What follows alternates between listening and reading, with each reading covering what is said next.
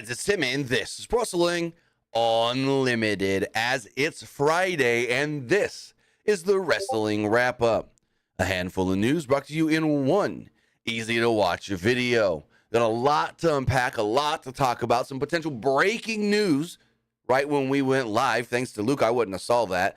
But, yeah, so much going down, so much news. We're going to talk Vince McMahon. Now, initially, I wasn't going to talk the Vince stuff because I've talked it to death in the last 24 hours.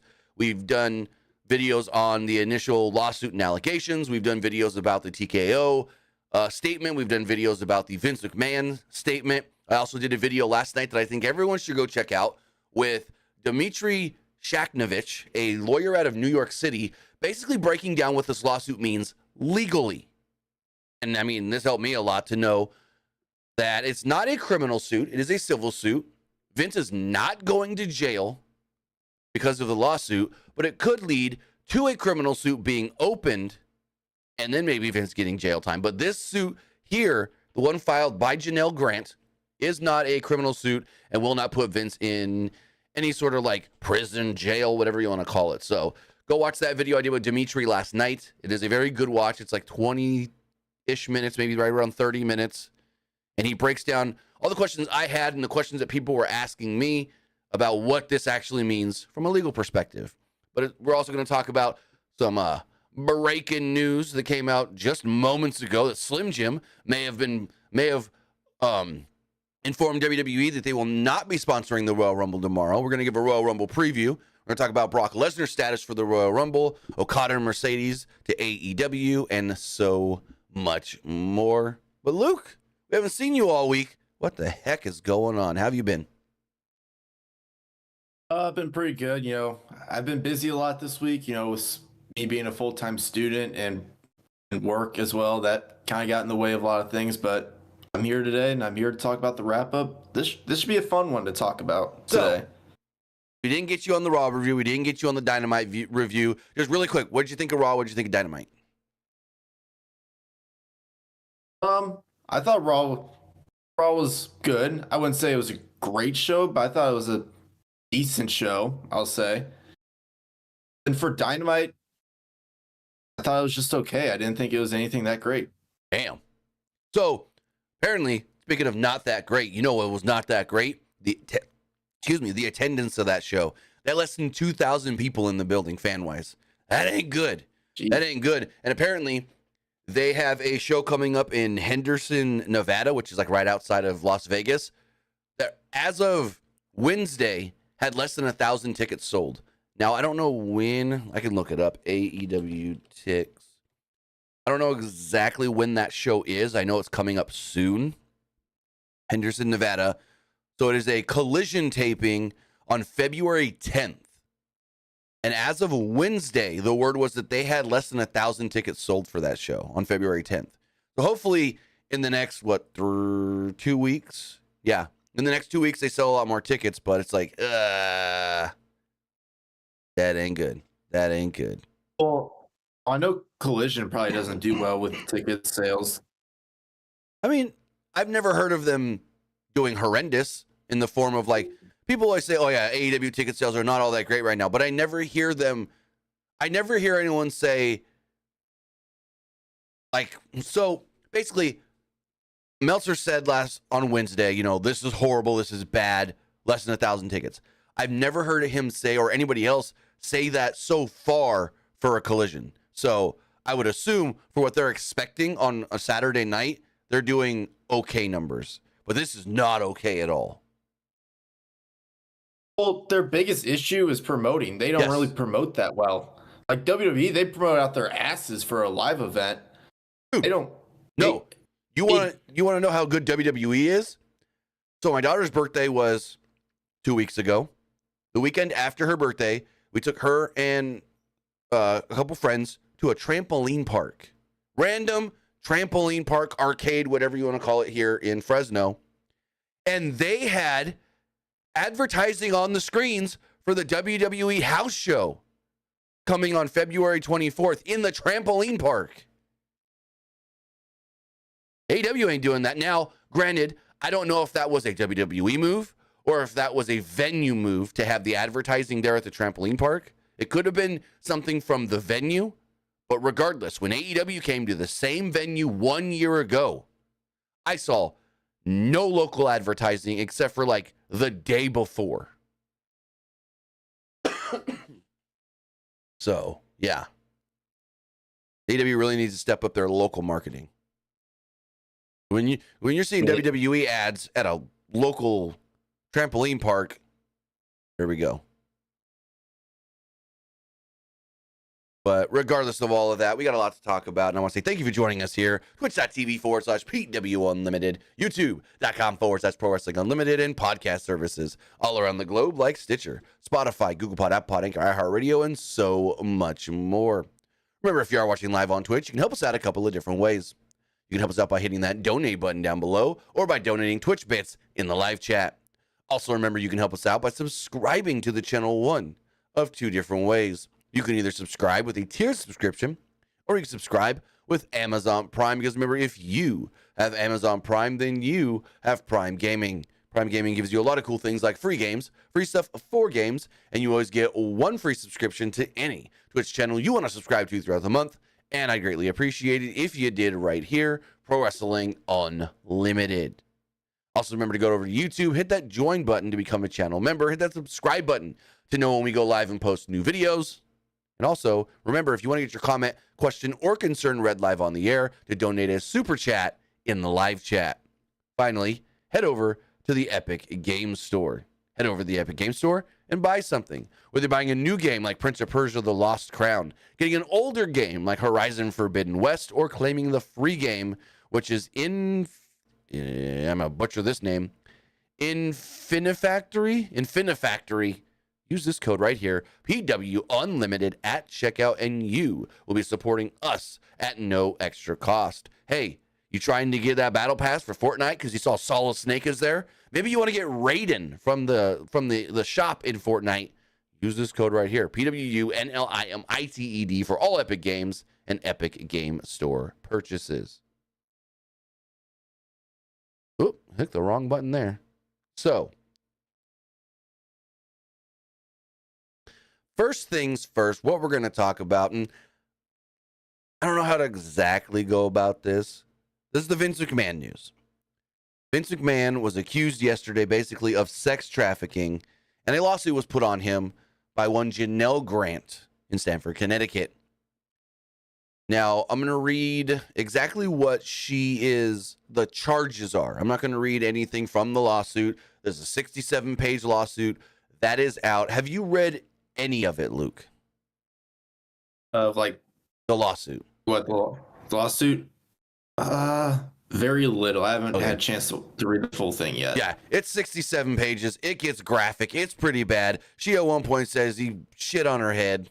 So yeah, there's all of that. But as far as like, go for it. I saw the part where they mentioned like the toys and stuff. Oh yeah, that's bad. But so this is going to lead to another story we're going to talk about later with Brock Lesnar, where Brock Lesnar's name was technically, but not actually brought up in this lawsuit. She says that, Vince McMahon had her send videos and photos to a former UFC heavyweight champion and a current WWE superstar they were trying to re-sign. And it's like, oh, that's Brock. Yet, I had people in the comments saying, "Are you sure it's Brock? Don't talk bad about Brock when it could be Riddle." Are you kidding me? How could this be Riddle? Riddle is not a former UFC heavyweight champion. So that baffled me when people were like, it might not be Brock, so don't use Brock's name. No. What? I just don't understand how people could think that it's Riddle. But as far as the charges that are being placed on Vince, John Laurinaitis, and the WWE, Miss Grant is alleging WWE, Vince McMahon, and John Laurinaitis with violations of the Trafficking Victims Prevention Act, negligence, civil battery, and internal infliction of emotional distress. Now, like I stated, when I talked with Dimitri last night, he said none of this is criminal in nature as of right now. This suit is a civil suit, not a criminal suit. It will not put anybody in jail. Now, as far as Vince being fired from TKO and pulled off of the board, It doesn't look as cut and dry as everybody would think. And I'm going to read this right here from Brandon Thurston of WrestleNomics, as he did a good breakdown here of exactly what this means, what this could lead to, and what TKO can and can't do to Vince. Thurston writes the following. Vince McMahon, WWE, and John Laurinaitis have been sued by former WWE employee Janelle Grant for sex trafficking in a complaint that accuses McMahon of numerous instances of sexual, physical, and emotional abuse in graphic detail. Among the allegations filed with the U.S. federal court in Connecticut on Thursday, Grant describes being sexually assaulted by McMahon and Laurinaitis. Through a spokesperson, McMahon responded Thursday saying, quote, "The lawsuit is replete with lies, obscene made-up instances that never occurred, and a vindictive distortion of the truth. He will vigorously defend himself." A source close to Grant told WrestleNomics on Friday that she's relieved to have the information in the lawsuit become public and grateful for the support she's received, though she is a broken person from her interactions with McMahon. While no longer controlling owner of WWE since the TKO merger, McMahon serves as TKO's executive chairman. TKO stated on Thursday evening, quote, "Mr. McMahon does not control TKO, nor does he oversee the day-to-day operations of WWE. While this matter predates our TKO executive team's tenure at the company, we take Ms. Grant's horrific allegations very seriously and are addressing the matter internally."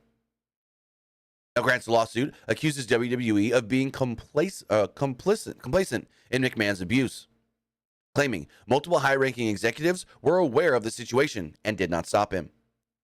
WWE corporate officer number 1, itemized in the complaint, is said to be a, quote, higher-ranking employee and board member during Miss Grant's employment with WWE, which spanned from May 2019 to January 2022. Now, just before anybody asks, I'm not going to go into detail on who I think corporate officer number 1 is, or any of the other people kind of like named but not fully named. So I'm not going to do that. I'm just going to read, because I know I've had people go, I had someone message me and go, "Who's corporate officer number 1? Do you know?" And I'm like, I don't know for sure, and I'm not going to put out there who I think it is, because I'm just not. That's not for me to say. Grant says she introduced herself to corporate officer number 1 in March of 2021, and this person, quote, knew exactly who she was, despite the two working in separate buildings until a month prior. Perhaps narrowing the possibilities of this executive identity, Grant mentions this person had an office on the 4th floor of WWE's headquarters.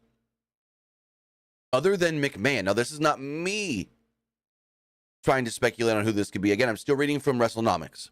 Other than McMahon, who is explicitly identified throughout the lawsuit, executive members of WWE's board between 2019 and 2022 include Nick Khan, Paul Levesque, Frank Riddick, and Stephanie McMahon, based on WWE's disclosures. George Barrios and Michelle Wilson were also executive board members until January 2020. Their termination from WWE in said month. So, they were not working for the company in March 2021, the time at which Grant says corporate officer number 1 was working at WWE. In addition to corporate officer number 1, Grant claims other executives, referred to as WWE corporate officer number 2, 3, and 4, were also aware of McMahon and the sexual exploiting of her. WWE corporate officer number 3 is also said in the complaint to have been, quote, a high-ranking employee and / board member while Grant was employed at the company. Grant alleges that she was never interviewed as part of WWE's special committee investigation, despite expressing she was willing to cooperate. That's a big one. The investigation into McMahon and Laurinaitis' conduct and the company's culture was initiated in June of 2022 after the Wall Street Journal broke news of an NDA payment scandal involving McMahon and a former WWE paralegal, anonymous at the time, who was Grant.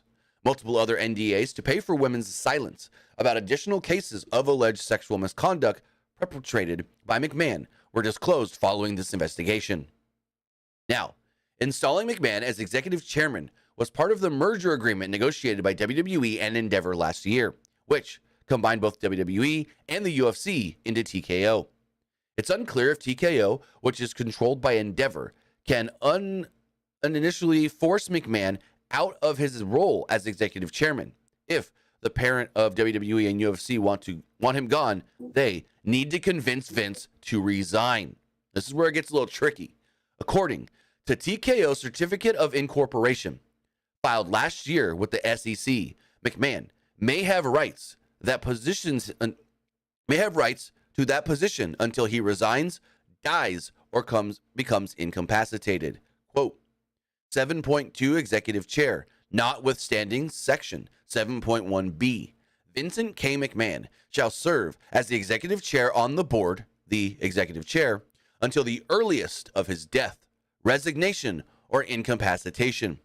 Any vacancy of the executive chair, which, if Mr. McMahon is the initial executive chair, shall initially only occur upon the death, resignation, or incapacity of Mr. McMahon, shall be filed by the board by the affirmative vote of a majority of its directors. So that right there basically says we can't just outright fire Vince. We can't just outright pull Vince off the board, which is wild. And I bet you that was something Vince had put in the bylaws. Thurston goes on to write, I discussed these corporate governance aspects with a person who has served on boards of directors, and I believe amending the above section requires, quote, a majority vote from TKO shareholders to amend the company's governance agreement, and B, the signature of all parties, which would include McMahon. While Endeavor has the majority of the votes of TKO, getting McMahon to agree to any amendment that makes it easier to remove him, well, that's going to be an obstacle. Possibly, a path of less resistance would be leveraging an agreement with McMahon that gets him to resign, which could include selling his shares to another party. McMahon currently holds more than 2 million TKO shares, which, at today's share price of about $87, well, that's a market value of $1.7 billion. Basically, what this is saying is they can't just say, Vince, you're gone.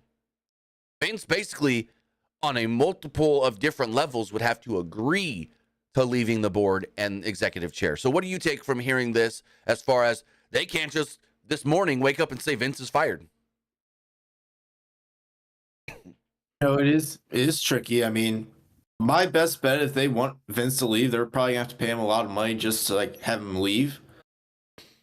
But like, here's the thing: if he does leave, can he force his way back like he did in the past when those original allegations came back? No, because Vince does not have controlling power over TKO. Vince has been named to the board. He is executive chairman, but controlling power of the company goes to Endeavor, not Vince McMahon like it was before.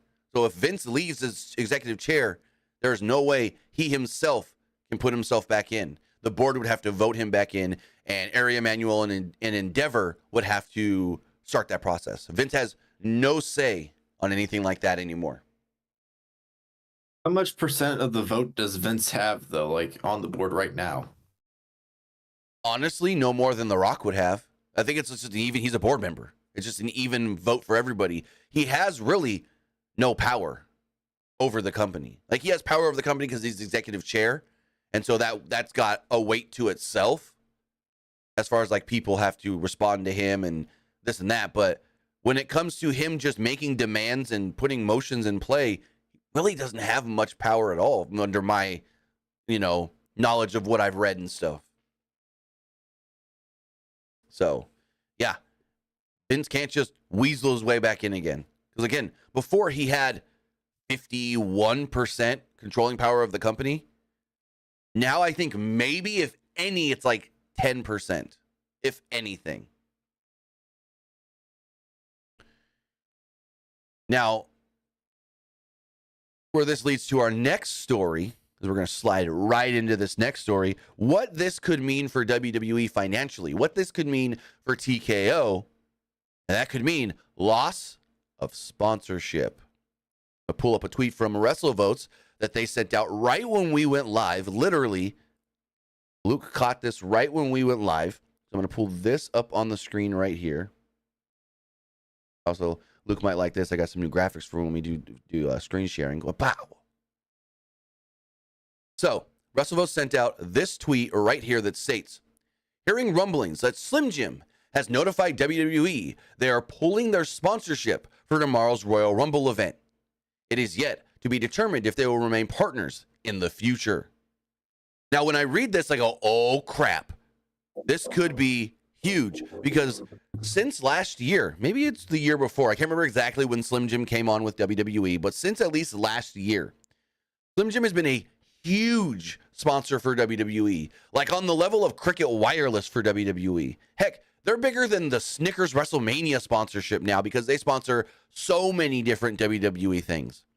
I don't know how much they pay WWE for the sponsorship, but that's big because not only is this now hurting WWE and WWE as a company, you got to think Bianca Belair has been getting exposure from this sponsorship as she's one of the faces of the sponsorship. LA Knight has been getting even more exposure from this sponsorship as he's one of the faces of the sponsorship for WWE and Slim Jim. So it's like, man, I don't know if like Bianca and LA Knight are getting more money from doing the commercials and stuff outside of just their regular WWE paycheck.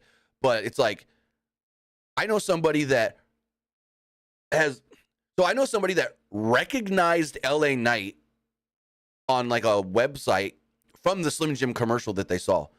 Like I saw a Slim Jim commercial and then they were at my house and I pulled LA Knight up on something and they're like, hey, that's the new Slim Jim guy, isn't it? And I'm like, wow, this is really working wonders for LA Knight. And now if Slim Jim is pulling their sponsorship from WWE, that can hurt on a number of different levels. And again, to reiterate, WrestleVotes does state, and I'm going to pull the tweet back up here on the screen. WrestleVotes does state it is yet to be determined if they will remain partners with WWE in the future. That's a big one to know. Are they going to just pull for now and see where this all goes with the Vince stuff? Or are they, oh, no, we're done. We're out. We're gone. So what do you think of Slim Jim basically saying, no more WWE? I mean, I do feel really bad for like LA Knight and Bianca Belair because they no longer get that big exposure from doing the Slim Jim commercials. Another thing I thought about is like, man, we're probably not going to see that Slim Jim car again. Well, apparently, did they ever get it back? Because I know it got like stolen. I think they did get it back. Okay, that I never heard. I know it got like it was lost and missing or stolen, something like that. It was originally it was stolen, and I think they did get it back. Let's Google that real fast. Slim Jim car.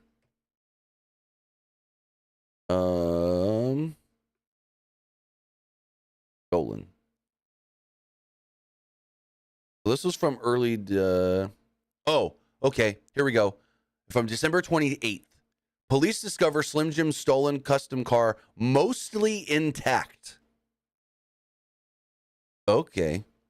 It was oh, yeah. So it was stolen. It says police found the Nissan Z inside a parked transportation trailer in Hillside. They alerted Conagra and noted that while the custom exterior wrap on the car was partially removed, the rest of the fast meat remains intact. So they did get it back at the end of the month. So they're missing for like less than a month, which is cool. But regardless, this is a huge story because this could have ripple effects. Now, remember when they first announced the Women's Battle Royal for WrestleMania and they wanted to name it after the Fabulous Moolah? Snickers reportedly said, you keep that Fabulous Moolah name and we're pulling out as a sponsor. So this is not the first time that somebody marred with controversy could have and has cost WWE sponsorship money. Snickers almost pulled out over Moolah's name being attached to WrestleMania. And now Slim Jim is saying, hey, yeah, we're going to distance right now. Not good. Not good at all. So, I mean, do you have anything else to say? There's not much more because the story is still breaking technically. So, do you have anything else you're thinking right now? I mean, it's going to be interesting to see if any other sponsorships WWE will lose in this. Cricket's a big one for them. Yeah, like what if they lose Cricket? I mean, that's a big one. They've been with WWE for like years now. Also, we do know that tomorrow's Royal Rumble is also sponsored by Warner Brothers Games and the Suicide Squad game. Your Warner Brothers. So what if they pull out last minute as well? Because again, they're also sponsoring the Royal Rumble tomorrow. The Suicide Squad, Kill the Justice League. which I hear is not that great of a game. But Samoa Joe was in it, so cool. He's the voice of King Shark. Samoa Joe's been doing a lot of voice acting lately. Yeah, Samoa Joe is a really good. Don't even get me started on Joe and voice acting. Why did we need Will Arnett to do the voice of Sweet Tooth? Why couldn't it have just been Joe? Joe would have done great as the voice of Sweet Tooth, especially since they distorted the voice anyways. It's not like they wanted Will Arnett's voice to sound like Will Arnett. No, it was a distorted version of Will Arnett's voice that they could have had Samoa Joe sound like. I'm going to say it right now. Samoa Joe, in that show, did you watch Twisted Metal at all on Peacock? I know we're getting off topic, but did you watch any of that? Yeah, I've watched it. I thought Samoa Joe, with having no speaking lines and really his face being covered, so we really didn't get much of a facial expression from him, was one of the best actors on that show. He was, and this is probably from pro wrestling, able to emote so much emotion and laughter and just everything from his body language and the way he portrayed the character on screen with just his movements and I think that comes from his years of pro wrestling. Not being able to speak during a wrestling match, so he's not like delivering lines or anything, but using his body language to tell the story. We need to get Samoa Joe in more acting stuff. He's freaking great. Again, like I said, he was one of the best actors in this show, in my opinion, and didn't have a speaking line, and we didn't get to see his face, other than like sometimes they would zoom in on his eyes, and it still wasn't like he was doing a lot of facial stuff because he had the freaking Sweet Tooth mask on. But yeah, cast Joe and more stuff.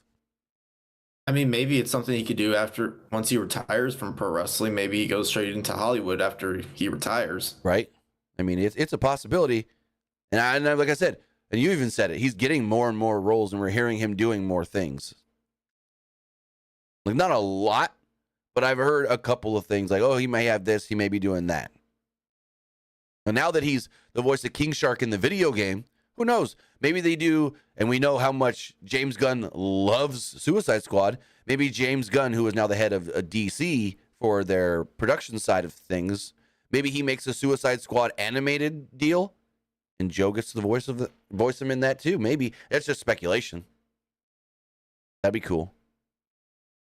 Now, as we move forward, we're talking about Slim Jim pulling out, or potentially pulling out, as a sponsor for the Royal Rumble. And now the next thing we got to talk about, well, is tomorrow's Royal Rumble. Tomorrow is the 2023 Royal Rumble event. Only 4 matches have been announced for the show. So what we're going to do is we're going to run down the card, and we're going to go match by match and talk about who we think are going to win. We're going to give you our predictions on who we think are going to win, and then maybe 1 or 2 who we think is going to show up in the Rumbles as well. So we'll start it off with we'll do the U.S. title match. Logan Paul defending against Kevin Owens. And I know I do have this later in the quick hits, but we'll just talk about it now. Logan Paul. Oh, wait. No, we'll talk about this in this. Logan Paul did state yesterday in an Instagram video at the WWE Performance Center that WWE has renewed his contract. That was a big topic of, are they going to retain him past the contract or not? And they did. Now the question is, who wins here? Logan Paul or Kevin Owens? I'll let you take it first. I'd say Logan Paul. I think they want him to hold that belt to like WrestleMania, I would say. So my prediction was swaying Kevin Owens ever since the match got announced. But then when Logan Paul was like, they renewed my contract, I went, oh, no, they are committed on Logan Paul. So now I'm going to say Logan Paul. And Logan Paul even said, this was a weird line from him yesterday in that video. He said, I haven't been taking this serious enough, and I've been treating it more like a hobby than anything. WWE is focused on me, so maybe I should focus more on them and actually do this full time. He said he's been training at the PC for the last month or so and thinks that maybe it's time for him to transition to being a full-time WWE superstar. What that means for him full-time is still to be seen, but yeah, all that stuff that came out yesterday with him saying that and him announcing that they re-signed his deal swayed me from Kevin Owens to Logan Paul. And there is a chance that they could stretch the storyline out. Logan Paul wins, but not without cheating. And then Kevin Owens does again get a shot maybe at WrestleMania. And then Owens beats him at Mania for the belt. But I think as far as Rumble goes, I'm with you, Logan Paul. As far as the other title match on the show, again, remember, only 4 matches announced for the show so far. And Last year's show only had 3 matches in the 2 Rumbles. So if we get anything, maybe only 1 more match. But WWE Undisputed Universal Heavyweight Championship on the line. Roman Reigns defending against Randy Orton, AJ Styles, and LA Knight. Now, I know we talked in the past about what if they want to take the title off of Roman?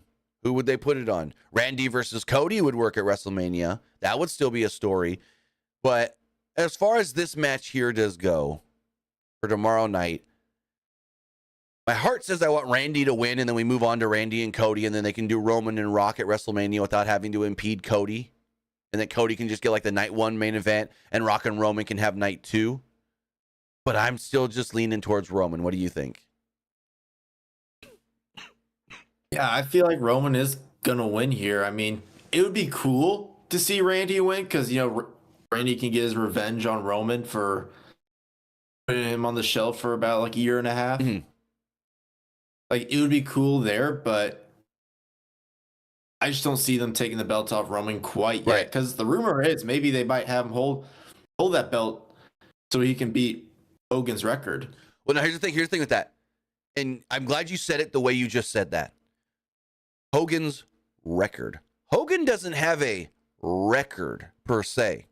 When you look at the list of the longest title reigns in WWE, the record is actually held by Bruno Sammartino. Hogan is number 3.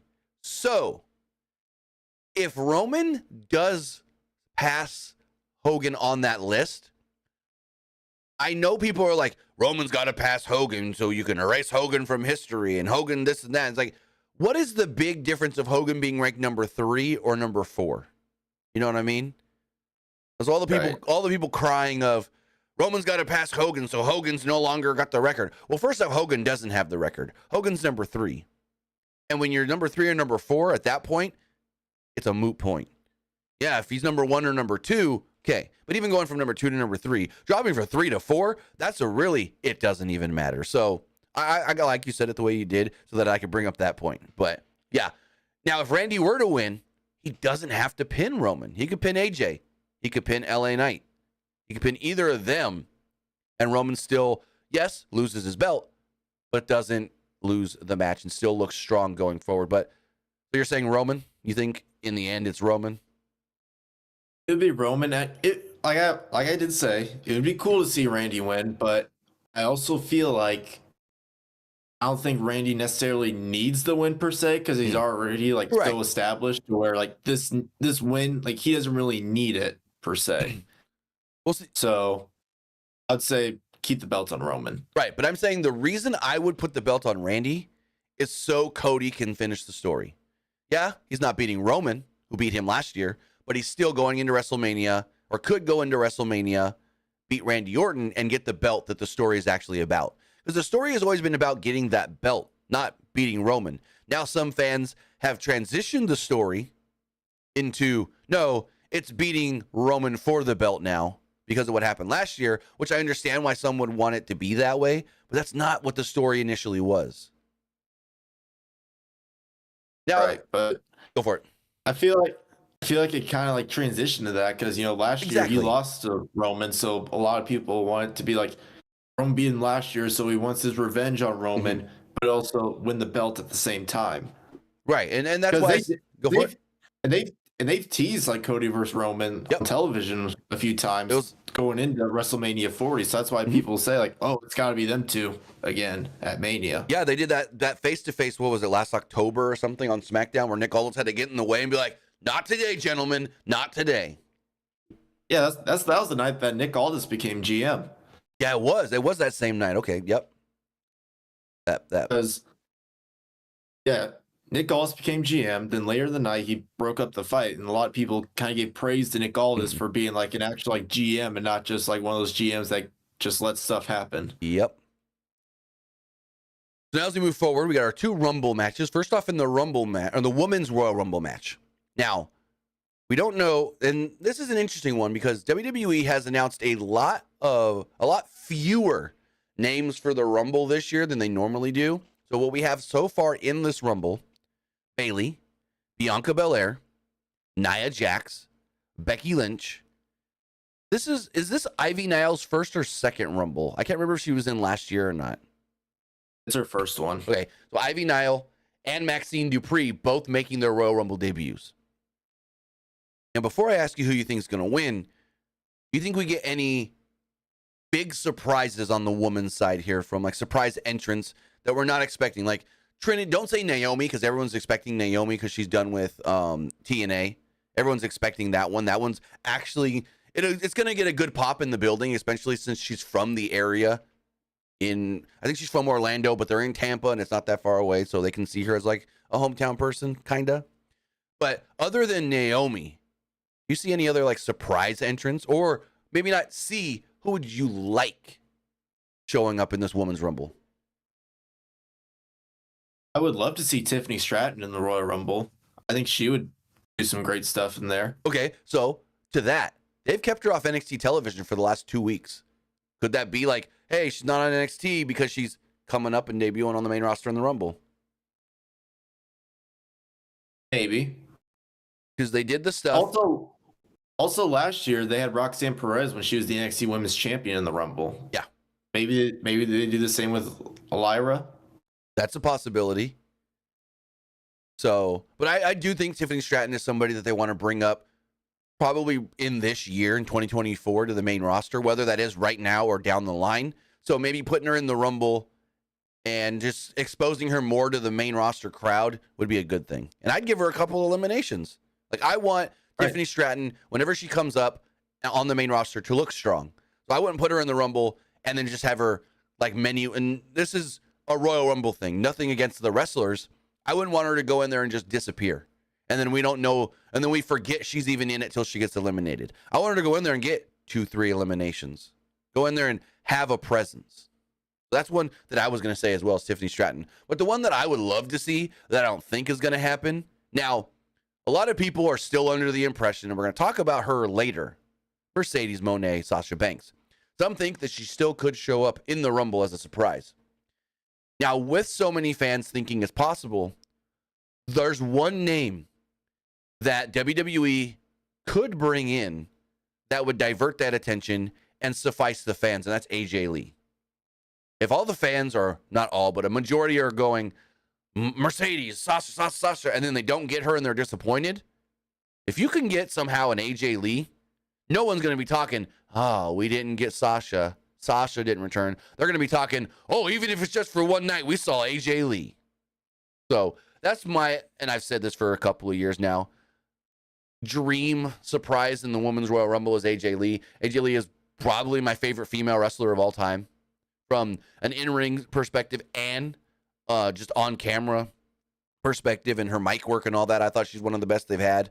But yeah, that would be mine, is AJ Lee. Now, as far as winning, who do you think wins the match? I mean, they've been teasing her that she might face Rhea at Mania, so maybe it's Becky. Oh, you're not going the same way I am. Who are you picking? You say Becky. I say they go Bayley, and we recreate Evolution kicking Randy Orton and Batista out of the group, basically. Where Bayley wins the Rumble. Damage Control's like, you're going to pick Rhea, right? You're going to pick Rhea, right?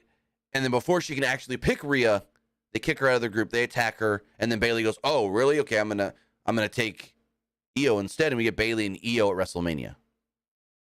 Now, Becky and according to Meltzer in today's Observer, Becky and Rhea is the going plan right now for Mania. So I could see Becky winning, but I'm gonna say, as far as my pick goes, I want Bayley because this is the only thing Bayley hasn't won. Bayley's won every belt. Money in the Bank. Wait, what is she? She's won Money in the Bank and not a Rumble. Rumble's the only thing left for Bayley to win. And then she's won everything. And she could be then the most decorated woman in WWE history outside of Charlotte's sham of a 14-time title reign. I mean, yeah, but I know the way that I was looking at it, I didn't think you really needed like Bayley to win the Rumble because you could have just gone the route where like she's been losing so many matches in Damage Control where they're just like, oh, you've been holding us back. We've won everything. You haven't won anything.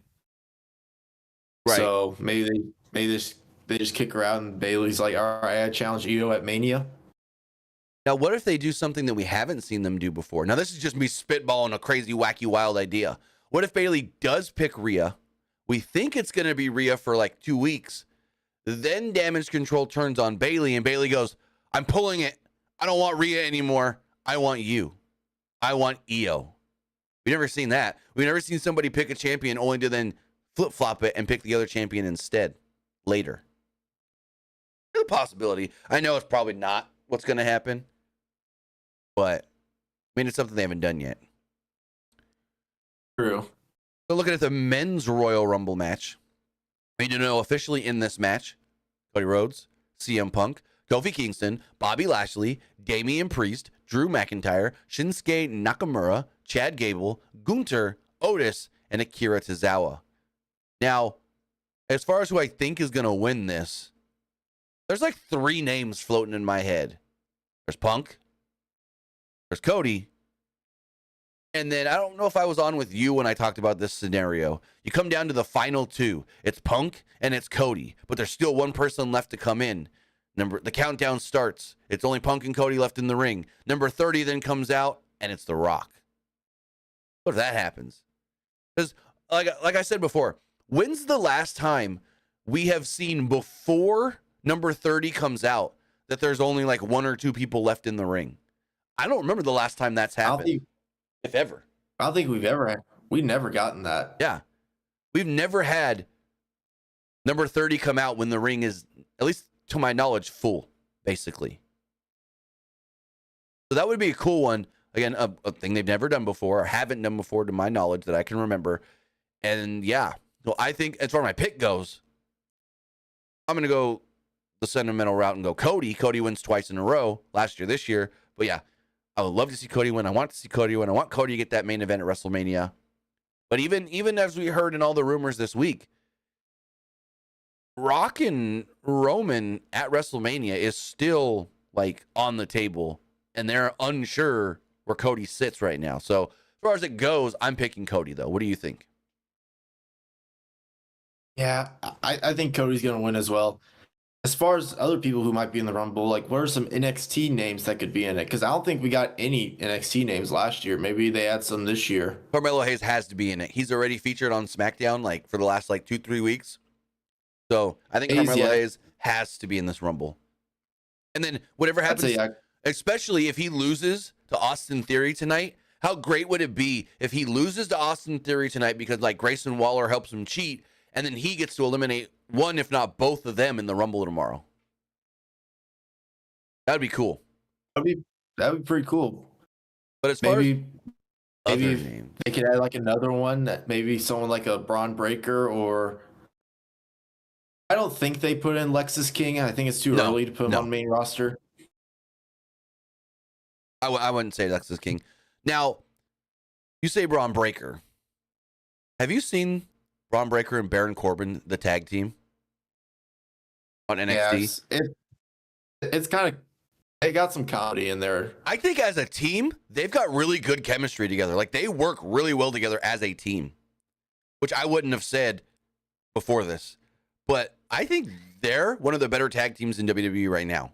As like a cohesive unit that works really well together. They're just 2 guys that want to go out there and beat people's ass. But as far as like other names that we can see in the Rumble, I don't want to see it because I saw his dark match last week and it sucked. Chad Gable, or not Chad Gable. Gable Steveson will probably show up in the Rumble. And his dark match last week with Cameron Grimes got recorded by a fan and posted online. Man, that match sucked. And not because Cameron Grimes or anything, because literally, so they did a spot where, I don't know if you saw it, Gable pushes Grimes up against the ropes, and then Grimes like holds on and pushes Steveson off of him. Steveson then just randomly walks back, like takes a step or 2 back, and then just does a random backflip out of nowhere for no reason. And Cameron Grimes was like, the hell was that? So yeah, no. This Gable Steveson, I've heard, and as we saw with that match last week that leaked on the internet, not looking all that great. And he's doing this full time now.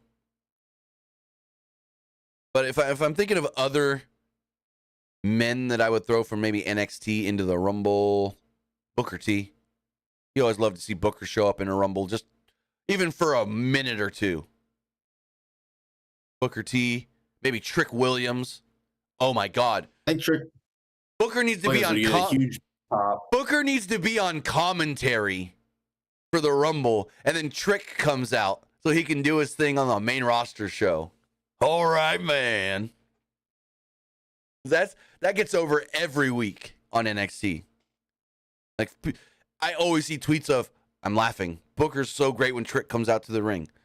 Booker's going to be there. He's always on the pre-show, so we know Booker's going to be at the venue in Tampa. But Trick would be a cool one. Carmelo would be a cool one. I wish, and this would be really cool for NXT.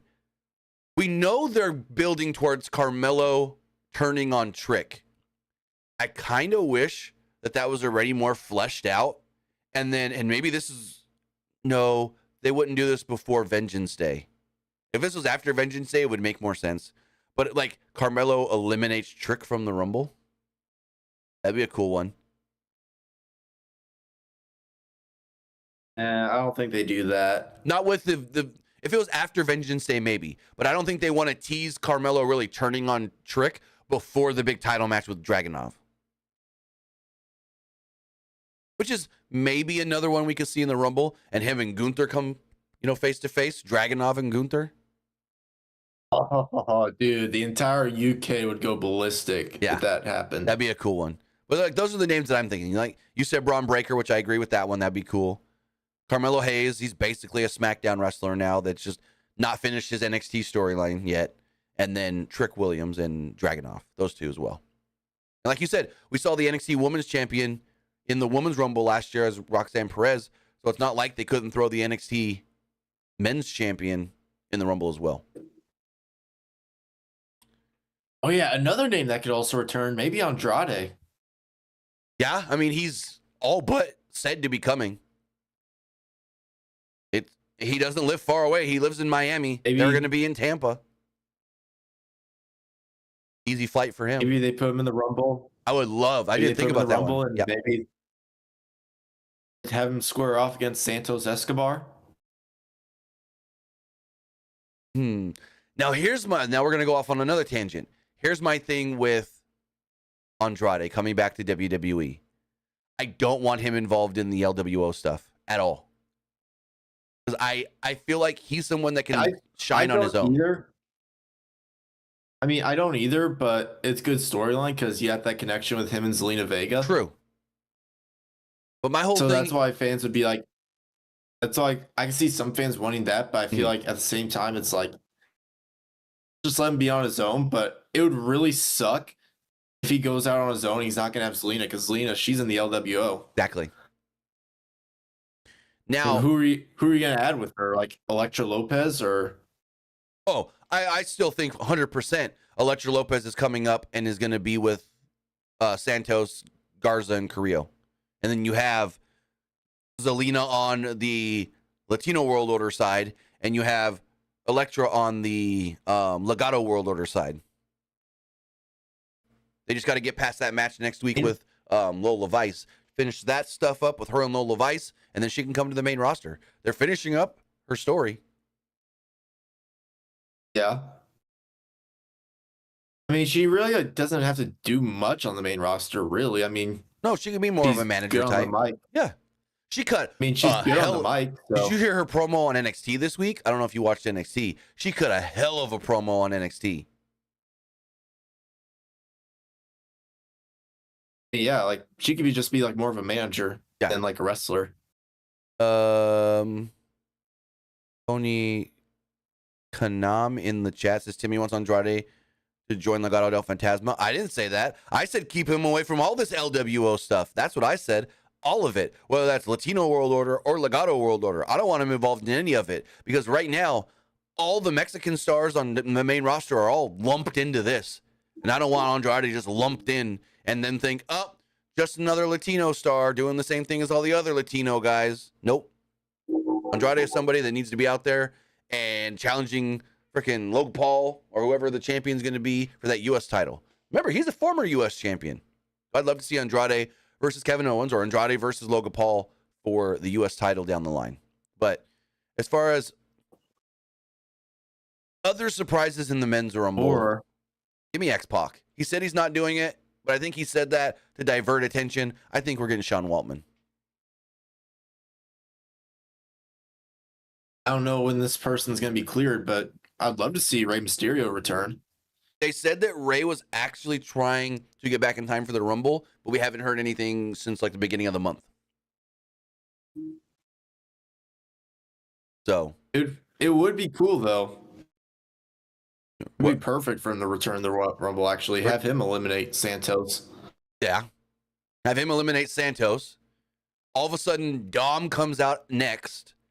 Dom squares up with him, and he eliminates Dom as well. That'd be cool. Yeah, because I think we'll most likely get Rey versus Santos or LWO versus Legado del Fantasma at Mania. That's what I was thinking too. So, or here's what they should do. Okay, do Legado del Fantasma versus LWO on the pre-show, like Joaquin Wilde, Cruz del Toro versus Angel and Humberto. Do that on the pre-show and do Rey versus Santos on the main show. It's not a bad idea at all. I like that. So, yep. Royal Rumble is tomorrow. I will be reviewing that show as soon as it's over. We don't know. They have not stated yet. And this is not from they just haven't put it out there. They haven't even told media if they're doing a press conference after the show or not. And I'm not saying that they haven't told media because of the Vince stuff. Media, when they got their itinerary on Monday, it did not state Royal Rumble press conference after the show. So we don't know if there's going to be a press conference. If there is, then I'll watch that before going live tomorrow night, because sometimes we do get news out of those. But if there's not, then I'll go live as soon as I can following tomorrow's Royal Rumble. We'll break it all down. We'll talk about who won what match and if any surprises do happen. Again, in the Women's Rumble, I'd love to see AJ Lee. I mean, that's a pie in the sky fantasy book. I mean, she has been teasing it, though. Has she? Or was she just posting stuff of her training for the Heels show? I mean, she was training with CM Punk, and then she posted that picture of her with her like wrestling boots saying, like, "Hello, old friend" or something. True, I forgot about that picture. But, so that's why a lot of people are like, "Oh, she could be returning to the Rumble." I mean, she looked good on Heels, but again, that's a TV show. Who knows how many takes they actually did for her match? Actually, she did 2 matches on that show. Who knows how many takes they did? And if there was any smoke and mirrors with it. So bring Heels back. Screw Stars, put it on another network, and give me Heels again, because Heels was freaking amazing. Anyways, Fonzie says there is a press conference tomorrow. Is there for sure? Because like I said, I was told by somebody that's there live as media that at least as of last night, they still weren't told press conference. But I could look it up really fast. Also, wait, one last thing before we stop talking Rumble. The tease on Monday. You think Hulk Hogan shows up in this Royal Rumble? No. I got one more in me, brother. Dude. Fans would probably boo the crap out of him. Here's why. I was looking on Twitter to see if they said anything about the press conference, and Hogan said at his bar, there's a video here. Is anybody going to the Royal Rumble? Somebody told me I might get number 30. Nah. He said, now here's the thing. When he said on Monday, I might have one more in me, brother. People thought that meant run. No, it means I'm going to show up in one more Rumble. No. But I can't. I know someone who's I actually know someone who's like going to the Rumble tomorrow, and he said that he absolutely hates Hulk Hogan. So if he actually shows up in the Rumble, that would be hilarious.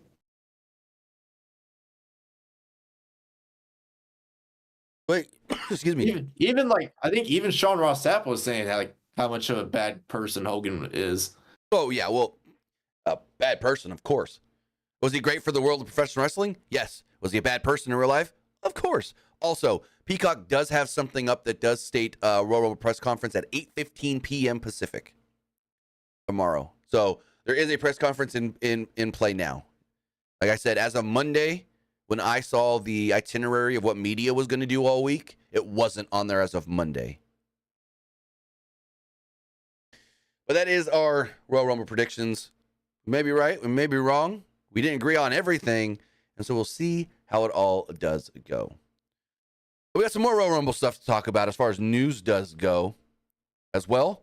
Looks like Brock Lesnar was at one point possibly scheduled for the Rumble, and now may not be, as this report does come from Fightful, as they state the following. There are naturally a lot of potential Royal Rumble surprises, but one could end up changing for obvious reasons. Recently, Fightful reported that Brock Lesnar was to return to WWE TV. This week, Fightful learned that the Royal Rumble was originally discussed as a potential target.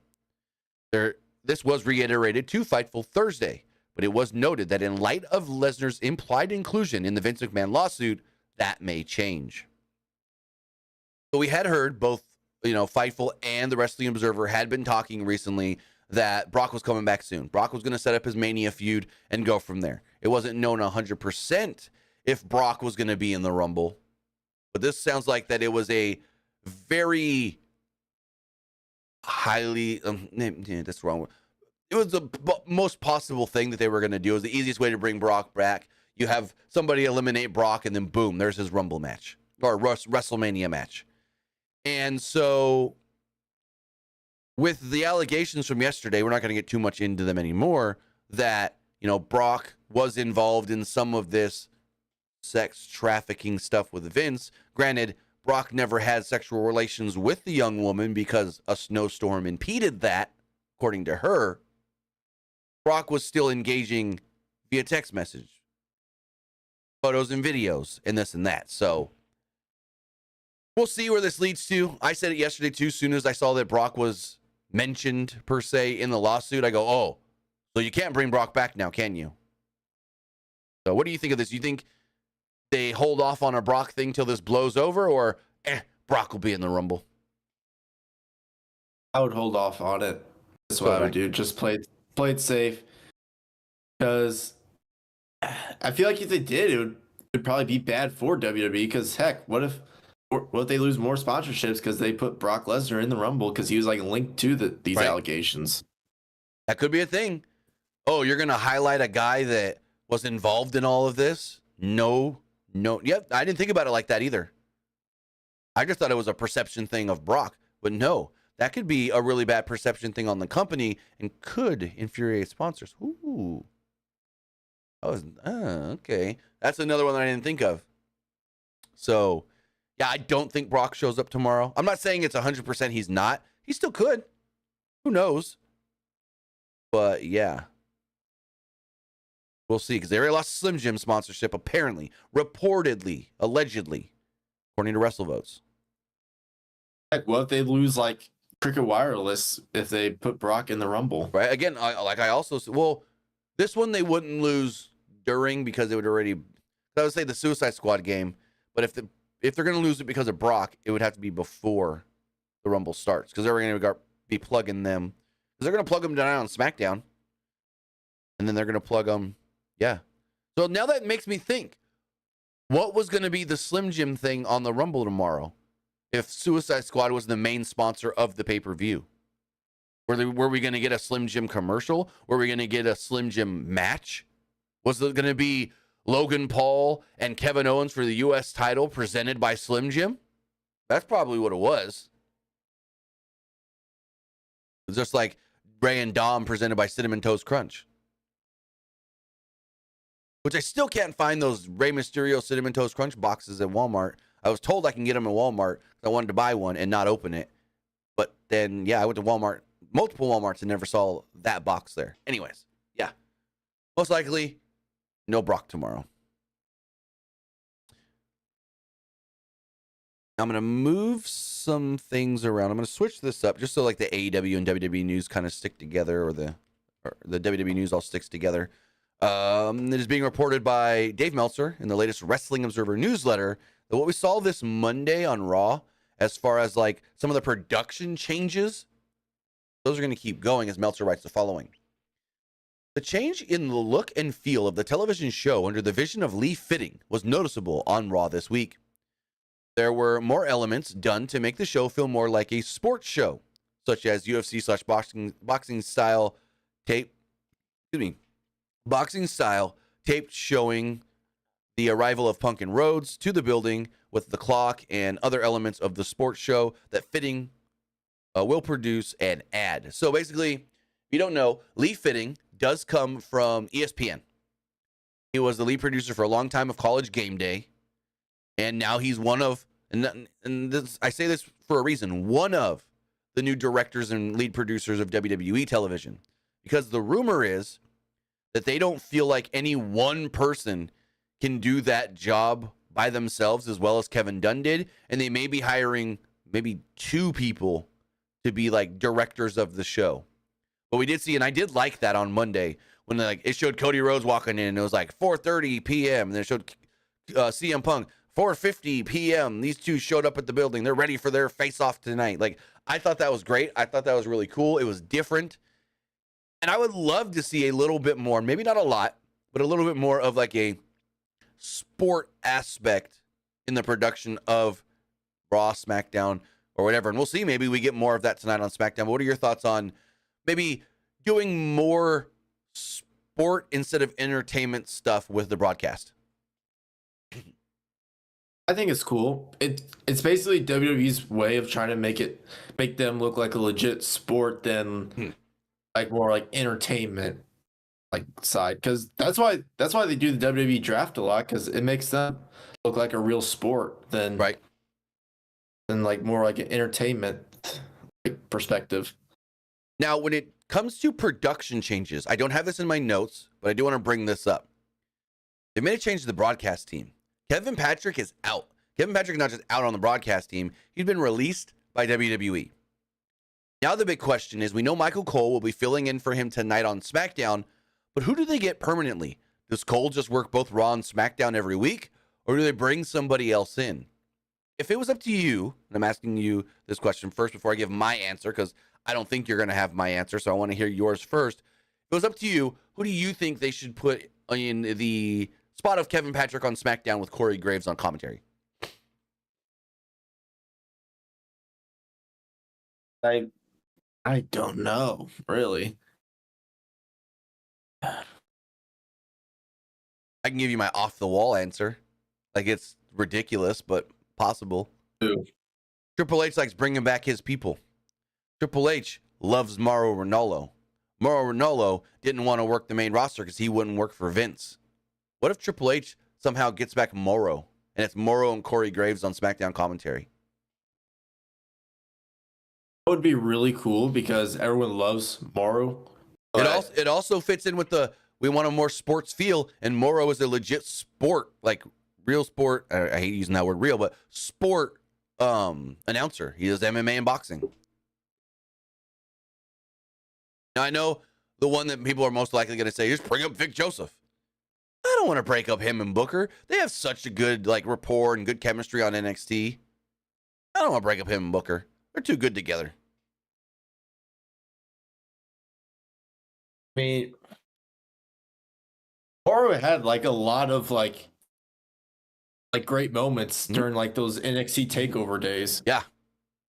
And again, he worked very well with Triple H, I heard, back in those days when he was doing NXT commentary. And when Triple H got along really well, Triple H was the one, when he quit the first time because he didn't want to work for Vince, Triple H was the one that convinced him to come back and said, you will work only for me and only NXT.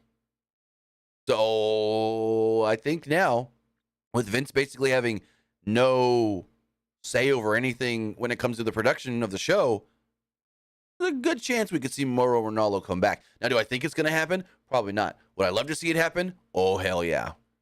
Now, as far as who else they can get, we don't know.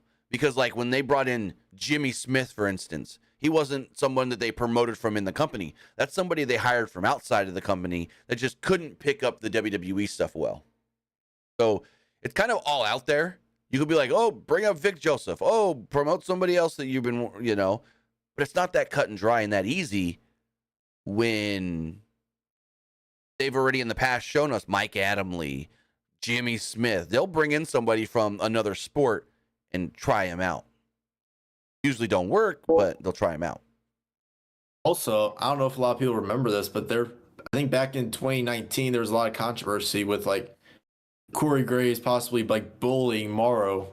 That's why Morrow didn't show up for like Survivor Series. Was it Corey? Because I know he didn't want to be next to or in the same room as JBL, but I didn't know it was Corey. It was Corey. Like it was in 2019. That's when they were doing like SmackDown versus Raw versus NXT. Right.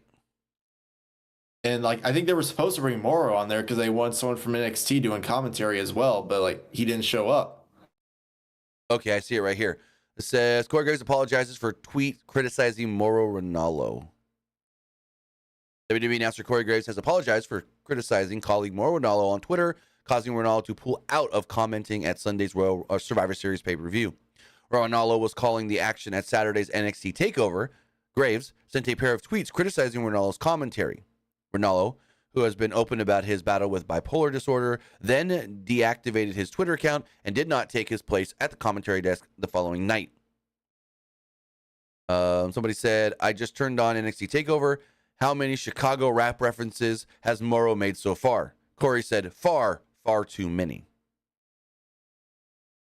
Gotcha. I mean, he apologized for it. And that's not really, I wouldn't call that Corey bullying him. Now, JBL, we heard bullied him, like for real bullied him. But I don't know if I would call that Corey bullying him. More of he was making a joke and Mauro just didn't take it as such. So that's just my opinion on it. But yeah, also, go for it. It was years ago, so maybe exactly he just and Corey, he's just like, you know, water under the bridge, maybe. And Corey did publicly apologize, so we'll see. But that's just my off the wall answer. I mean, for all we know, it's just going to be Michael Cole, and he works both shows. So as we move, maybe is. I'd love to see Wade Barrett and Corey Graves. Maybe they make Wade Barrett the main guy on SmackDown. But you don't. They never put. And this is the thing. It's in every sport. You don't put. You need a actual broadcaster to lead the ship. You don't put another. It's rare when you put an athlete in the play-by-play spot. We see it in all sports. We see it in like NASCAR, where Fox has Mike Joy, the broadcaster that has no experience in NASCAR. Granted, he does have racing experience. We have Mike Joy as the play-by-play guy, and then you have Clinton Boyer and Kevin Harvick as the color guys giving their opinions based off of, hey, they used to race these cars. Then you have like in football, you have a lot of times where who's the one with Tony Romo on CBS? We have the guy that was Tony Romo on CBS doing the play-by-play, and then Romo just does the color. He's the guy giving his opinion as the former athlete. So in WWE, we have seen former wrestlers become the play-by-play guy, but it's not always that common, especially in WWE. They love having the non-wrestler professional broadcaster as the play-by-play guy. But again, it's not out of the realm of possibility. But as we move forward, we got some news about two people that could be going to AEW in Kazuchika Okada and Mercedes Moné. As this write-up does come from F4W Online, Joseph Courier. He writes the following. In the new edition of the Wrestling Observer newsletter, Dave Meltzer shared the latest news he's heard regarding pro wrestling's two hottest free agents. Meltzer writes that the belief from AEW is that Kazuchika Okada and Mercedes Moné will be starting with them soon. Meltzer notes that nothing is a lock with Moné unless a contract is signed. On Okada, Meltzer writes that the latest update we heard was that Okada hasn't made up his mind between AEW and WWE yet. People within AEW range from hopeful to confident that he will be coming in. Okada recently announced that he'll be leaving New Japan Pro Wrestling when his contract does expire at the end of January, but he will be working a couple extra shows. He'll be working the New Beginning in Osaka show on Sunday, February 11th, and the New Beginning in Sapporo, Friday, February 23rd, and Saturday, February 24th. It was also announced that Okada will be facing Hiroshi Tanahashi on the New Beginning show in Osaka on February 11th. Also earlier this week, Okada successfully defended and then vacated the never openweight six-man tag team championships on the show. Mercedes Moné hasn't wrestled since suffering an ankle injury in a match against Willow Nightingale at the NJPW Resurgence event in May 2023. Basically, what Meltzer is saying here and what is being written up here is they're both expected to sign with AEW. And I know Sean Ross Sapp basically stated the other day, and this is not me aggregating anything from Sean. This is not me saying that Sean reported this, but Sean was like, I don't think legally Mercedes can show up in the Royal Rumble. And so someone comments in the live chat of his podcast, legally, ?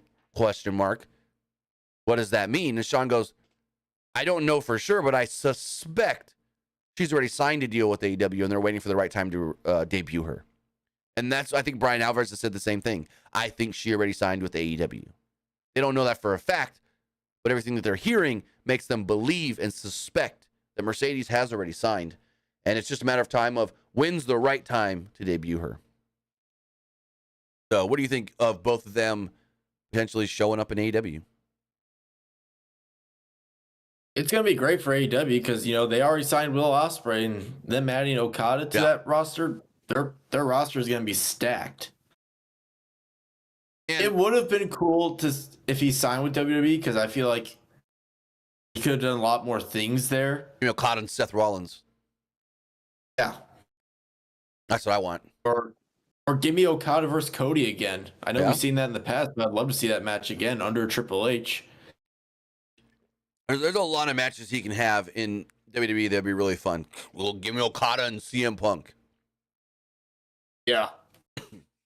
But maybe honestly, I feel like maybe the reason why Okada went to AEW because maybe it's like, and remember, if I sign there, then it's not a lock. I don't have to leave Japan.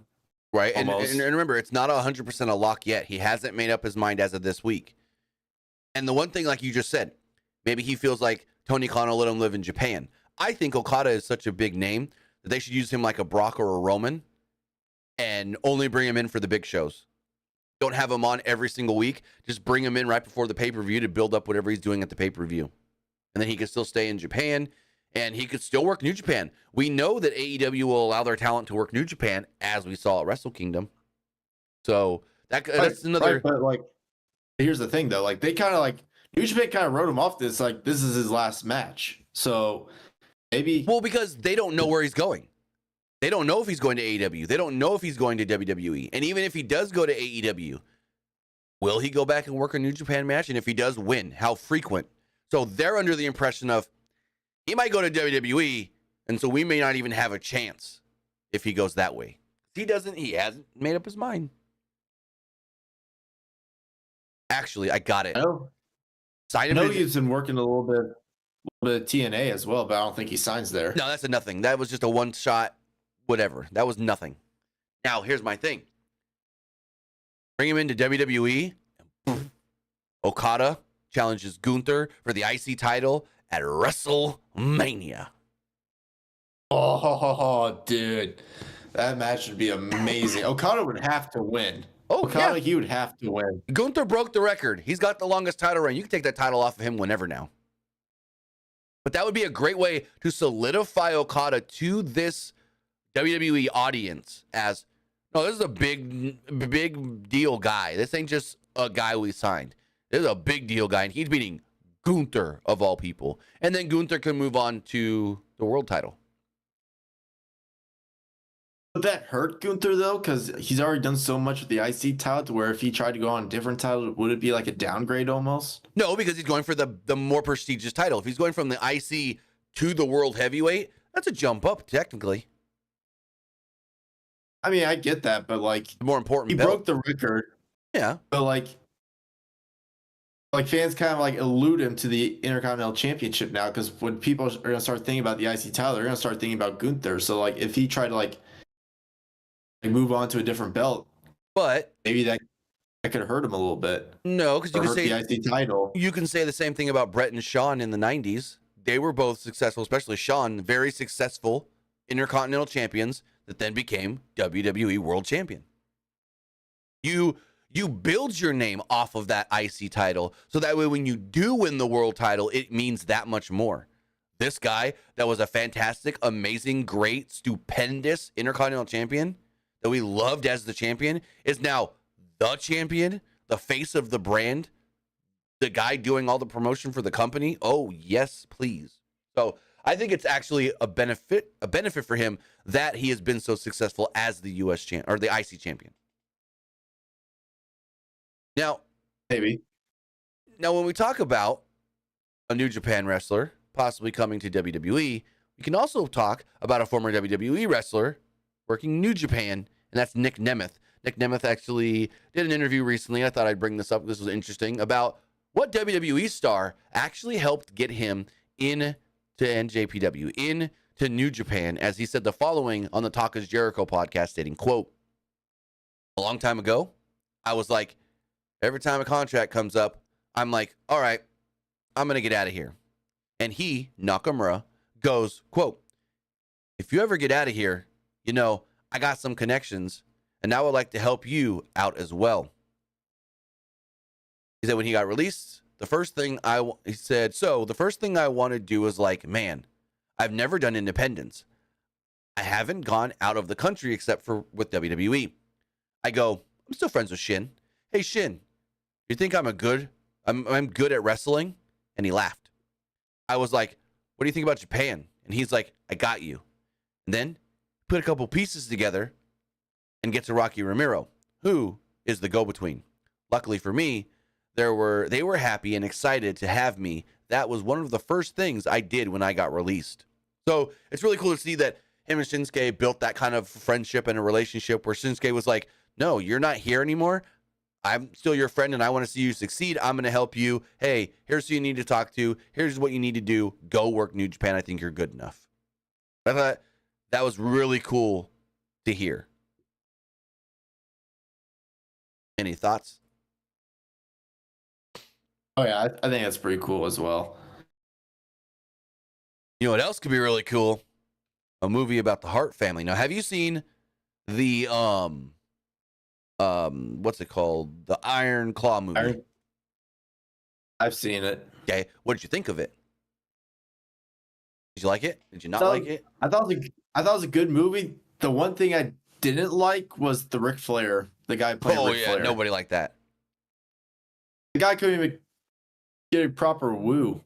Yeah, no. So we know that movie, for all intents and purposes, has been successful for the studio, A24. They've seen it and deemed it as a success. Well, now the question is, what other wrestling movies can we be getting? And it looks like Natalya is actually trying to get a movie made about the Hart family. Fightful actually wrote the following, stating, quote, Natalya Neidhart posted a picture recently that has more than meets the eye. Last week, Natalya Neidhart posted that she was with Rory Culkin at Soho House and was working on something near and dear to her heart. However, there was a tagged company that led us to find out a little bit more.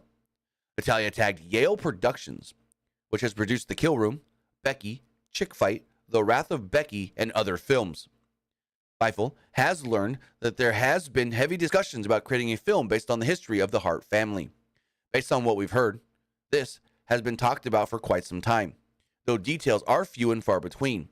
We've heard that Yale Productions has maintained interest in this, and there have been some casting ideas discussed. Culkin, who Natalya was photographed with, has been a longtime wrestling fan and has his brother Macaulay, who made a WWE Raw appearance years ago. Natalya has a heavy schedule in this week in Tampa and will likely be asked about this. So this is really cool. A movie about the Hart family could be great, but I don't know Yale Productions that well. I've seen The Kill Room.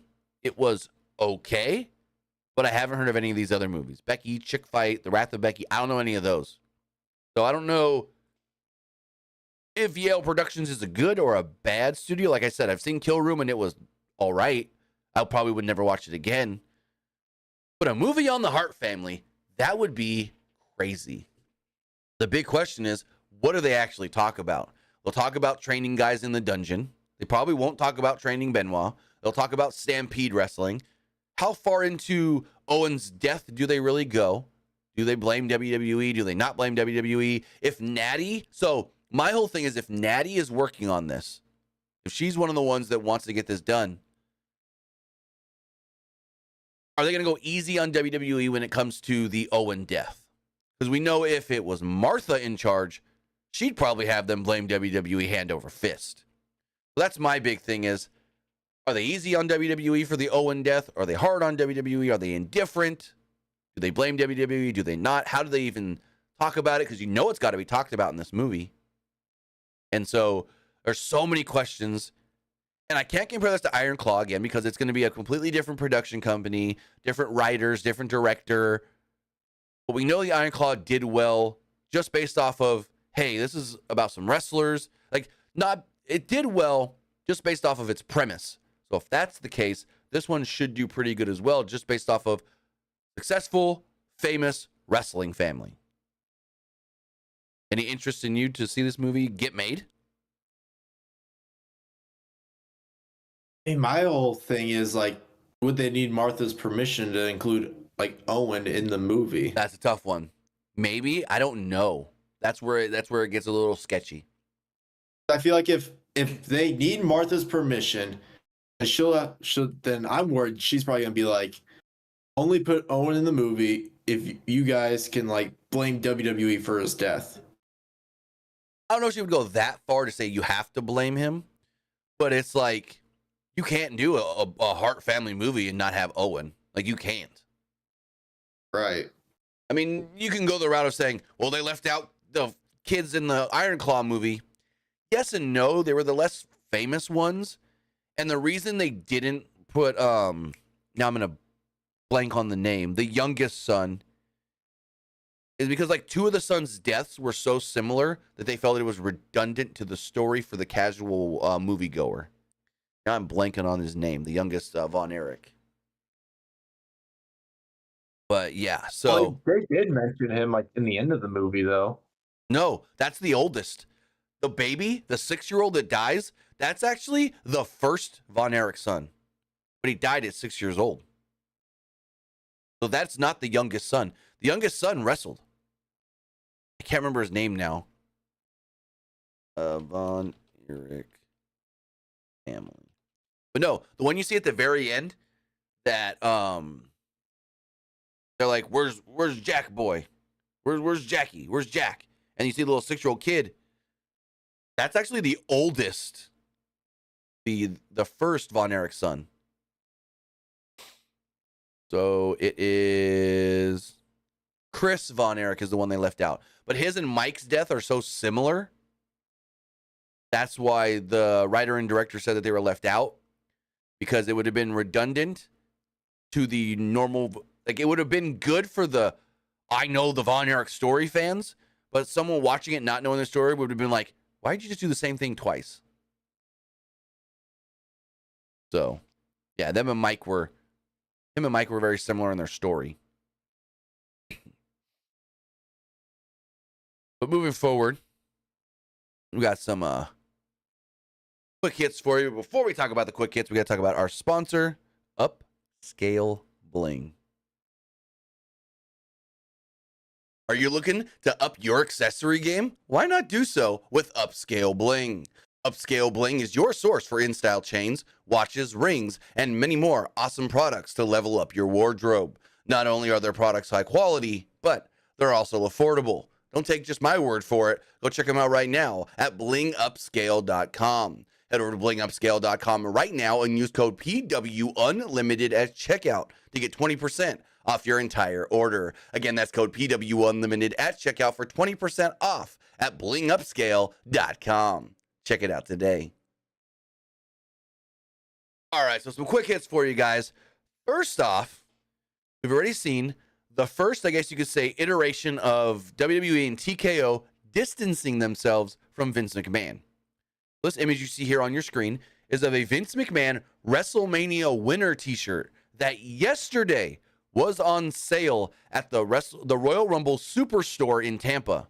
Then, when fans showed up today, they realized the shirt's been pulled. The shirt is gone. The shirt is no longer for sale.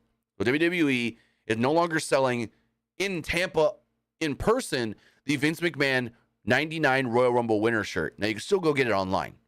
So that's the interesting thing there. They pulled that Vince shirt. Also, we do know, we already talked about this, but Logan Paul did state in a video on Instagram yesterday that WWE has renewed his contract. Moving forward, WWE has announced the date for Dayton location for NXT Battleground this May. WWE is bringing an NXT Premium Live event to Savannah, Georgia. They have announced that on Sunday, May 26th, we will be getting NXT Battleground from the Enmark Arena in Savannah, Georgia. Show will be live on Peacock, and then the following night, from the same building, we will also be getting Monday Night Raw. So back-to-back nights in the Enmark Arena in Savannah, Georgia. Also, we did learn last night on NXT, Mustafa Ali is bringing his campaign, not NXT, but TNA. Mustafa Ali is bringing his campaign to TNA. Now, I have not seen anything, and have you read anything on if he's signed with TNA? Or is this just I'm going to do a match? I don't know. I haven't seen anything. I don't think he's signed per se. I think his whole thing is I'm bringing my campaign to any wrestling promotions. Yeah. I don't think he's ready to sign somewhere yet per se. I think it's more so he's just working many promotions right now. Right. That's also we do know maybe maybe he signs with TNA down the line, but I just think right now he probably just wants to work many wrestling promotions. That's the whole point of his campaign. Right. So speaking of TNA, they also did officially announce that Explosion will be coming back, and Explosion will be able to be seen on both YouTube and TNA Plus. And finally, a little AEW news here. Megan Bayne will be heading back to AEW soon as her Stardom stint is over. Dave Meltzer wrote the following. Megan Bayne, who was signed to AEW but was sent on tour to Stardom to gain some experience, has finished up with the promotion and is headed back to AEW relatively soon. So with that, guys, that is everything we've got for you here for the Wrestling Wrap-Up, Friday, January 26th, 2024. Remember, tomorrow is the Royal Rumble, so we'll be having any news that comes out from the Rumble on that tomorrow. We'll talk about it. If anything breaks tonight for SmackDown, we'll talk about that leading into the Rumble. And speaking of SmackDown, tonight's Friday Night SmackDown has 7 things at the time of this recording. No, not 7. Count that. 1, 2, 3, 4, 5 things at the time of this recording announced. We do know that Lashley and the Street Profits will go face-to-face with the Last Testament. Carl Hayes will be taking on Austin Theory. Carlito will be taking on Santos Escobar. LA Knight will be taking on Solo Sikoa. And the WWE Women's Tag Team Championships will be on the line when Kaden Carter and Katana Chance defend against the Kabuki Warriors. That is everything at this time, and I could check WWE's website just to be sure. I haven't seen anything else, announced for tonight's show. With that, guys, I want to say thank you for joining us here at twitch.tv/PWU Unlimited, youtube.com/Pro Wrestling Unlimited, and podcast services all around the globe like Stitcher, Spotify, Google Pod, Apple Pod, Anchor, iHeartRadio, and so much more. But Luke, tell them where they can find you. You can find me over at Twitter X at Petke_21, and you can also find me over at Twitch at YoungGrassHopperLuke. With that, guys, have a great rest of your Friday. It's Royal Rumble weekend. We're going to be good there. Royal Rumble weekend.